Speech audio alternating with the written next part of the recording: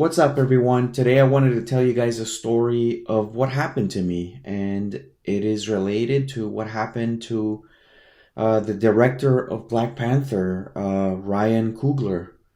And it's a similar story in that I got arrested, falsely arrested.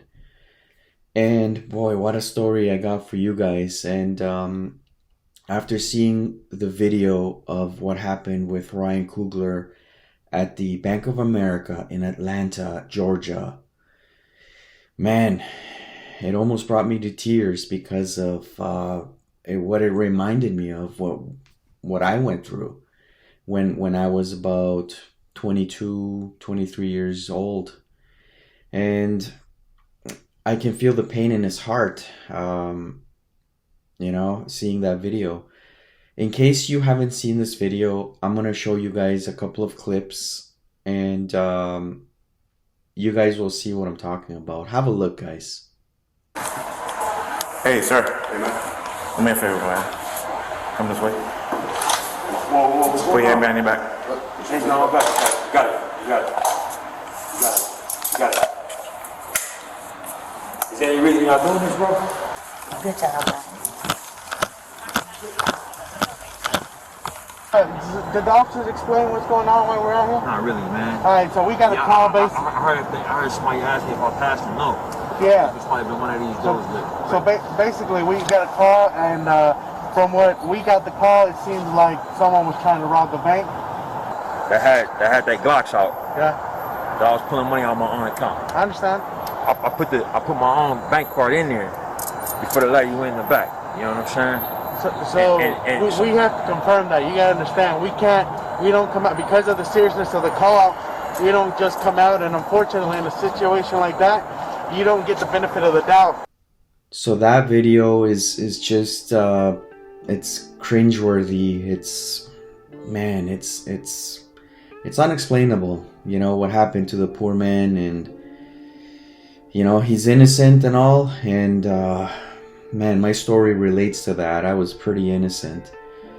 So I'm going to start by saying that I used to live in the projects. My parents were, immigrants from a very poor country, and we lived in a government housing project here in Canada.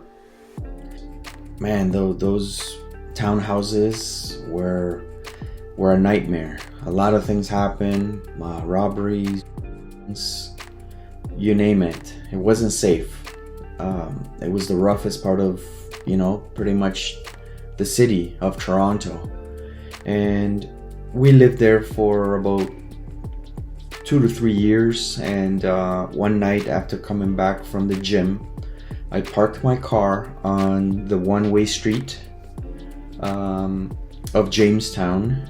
If for those of you who are familiar with Toronto, I started crossing the street after I parked my car at 10 p.m. It was late at night on a Wednesday night or Thursday night. It was in the middle of the week, Tuesday, Wednesday night, somewhere around there. And this was back when I was 22, 23. So yeah, this was 18, 17 years ago. So it was around 2003, 2004, somewhere around there. And I started walking into the alleyway of the row of townhouses where my mom, my sister, my brother, and I lived. And coming into our street, I heard a speeding car, and I heard from what sounded like firecrackers coming closer and closer, and the car was coming closer as well.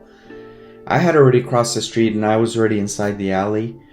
As the car got close to me, I heard more bang, bang, bang, bang, and my first instinct was to hide behind the stairs.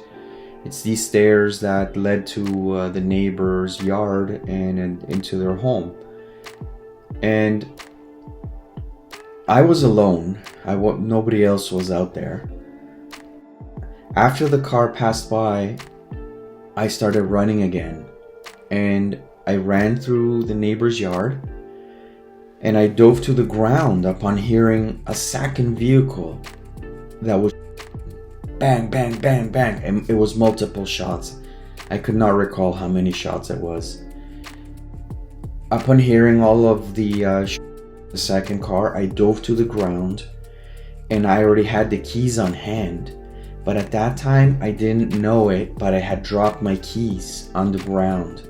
At the same time, when I dove to the ground, I cut my a little bit, and it was a fairly deep cut, and it was bleeding a lot. And the second vehicle passed, and I started running again towards my door. That's when I realized I didn't have my keys.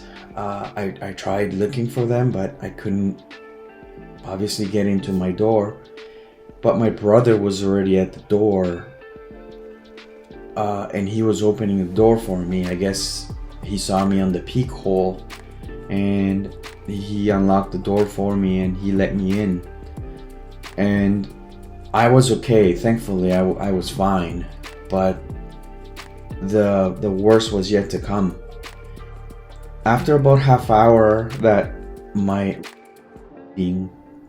I told my brother, listen bro, I'm gonna head to the hospital. I don't know if you want to join me, but it'd be nice if you can join me so I can head to the hospital and have it looked at and maybe get a couple of stitches.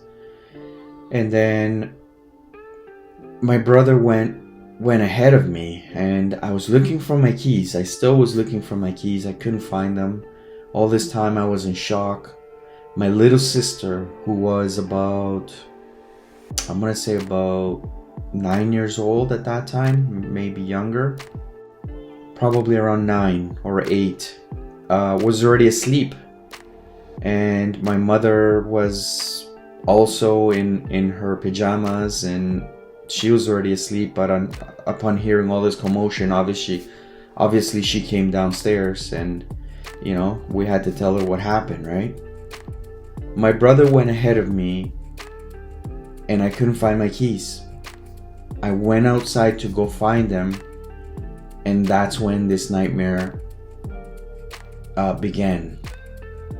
I opened the door to go outside, and out there were 5 police officers in SWAT pointing their rifles at me. I remember feeling the laser beams of their rifles pointing at me. And I had a cell phone on my hand, and they said, drop what you have on your hand. And all I said was, it's a cell phone. I placed it down on the ground, and then they continued to yell instructions at me. They were about 15 feet away. Walk to the sound of my voice, is what they said. And I started walking backwards with my hands up in the air, and actually they had me lock my fingers as well, like this, to the back of my head. And I walked towards them, and they put me in handcuffs. They detained me. It was weird because they already knew my name. In my workplaces, in my schools, I always went by the name Mario, but my actual name is Nam, right? That is my given name. So I'm assuming that somebody called the police and said, hey, look, Mario from that house was running into his house when the shooting happened. And they gave my name, and obviously they knew my name. They assigned an officer to question me right on the spot. At the same time, the 5 officers in SWAT went inside the home, and they went to get my mother and my little sister, who were already in bed sleeping. They went to get him out in their pajamas. And my mother tells me that, yeah, they pointed their rifles at them too. And I'm assuming that my little sister got their rifles pointed at her as well. And it's a crazy situation what had unfolded that night, and I'll never forget that is what actually happened. So they brought my mother down to where the police officer was questioning me. Meanwhile, the police officers were searching my home to see if they could find any. Obviously, they couldn't find anything.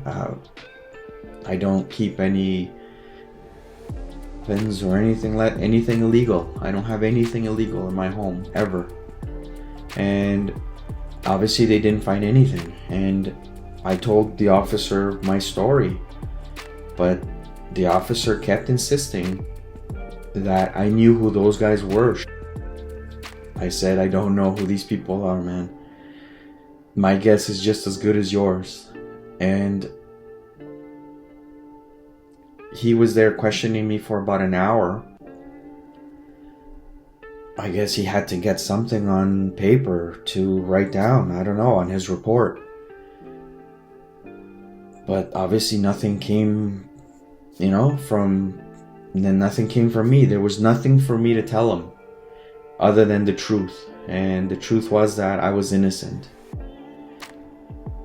So eventually they released me, and at the same time, while I was being questioned, my brother was also being questioned at another area in that same street. They didn't take us into the police station or anything, but in the same street they questioned us, far apart. And I think they released him sooner than they released me. And eventually one of the higher up officers, could have been a sergeant or so, asked me if these keys were mine. He had my keys on hand. So the story I told him what actually correlated with what they found as evidence, which was my keys on the ground, right where I dove, right where I... So that's my story, guys.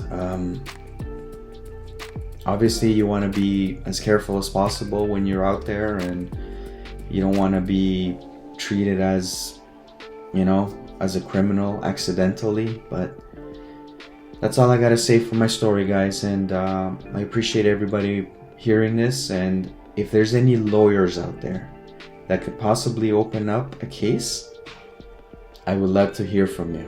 Thank you so much, guys. We'll see you guys in the next video. Don't forget to subscribe, like this video, and I will see you guys once again. Stay safe.